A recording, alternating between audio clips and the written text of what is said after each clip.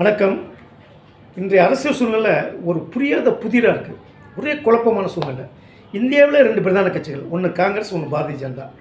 மற்ற மாநிலங்களில் இருக்க பிரதான கட்சிகள் எல்லாம், மாநில கட்சிகள் எல்லாமே காங்கிரஸ் தலைமையில் ஒரு கூட்டணியாகவும் பாரதிய ஜனதா தலைமையில் ஒரு கூட்டணியாகவும் இருக்காங்க. ஆனால் கம்யூனிஸ்டுகள் இந்தியா முழுக்க இருந்தாலும் காங்கிரஸ் தலைமையில் கூட்டணியில் இருக்காங்க. இந்திய கூட்டணியில் காங்கிரஸ் தலைமையில் இருக்காங்க. ஆனால் கேரளாவில் மட்டும் அவங்க காங்கிரஸும் கம்யூனிஸ்ட்டும் பயங்கர எதிரிகள்.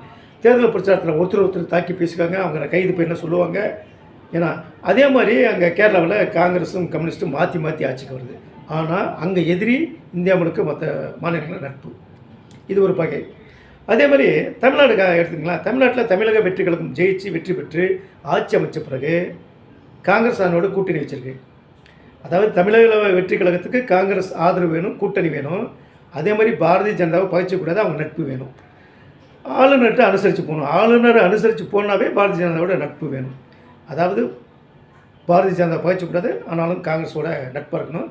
ஆனால் இந்தியா முழுக்க காங்கிரஸும் பாரதிய ஜனதாவும் பயங்கர எதிரிகள். ஒருத்தருக்கு ஒருத்தர் தாக்கி பேசிக்குவாங்க. ஒரே குழப்பமான சூழ்நிலை. விசிகா, தமிழ்நாட்டில் விசிகா இருக்குது. இப்போ திமுக நின்று வெற்றி பெற்று அவங்க தமிழக வெற்றி கழகத்தோட கூட்டணி ஆட்சியில் இடம் பெற்றிருக்காங்க. தமிழக வெற்றி கழகத்தில் கூட்டணி ஆட்சி வேணும், அதே திராவிட முன்னேற்ற கழகத்தில் நட்பு வேணும். ஒன்றும் புரியல இல்லைங்களா? மக்களை நீங்கள் சிந்திச்சு பாருங்கள். இதை உங்கள் கையில் விட்டுறேன். ஒரே குழப்பமான சூழ்நிலையாக இருக்குது. நீங்கள் தான் இதை புரிஞ்சுக்கணும். அரசியல் கட்சி எல்லாமே நம்மளை குழப்பிகிட்டு இருக்காங்க. ஒன்றுமே புரியலைங்க. நன்றி.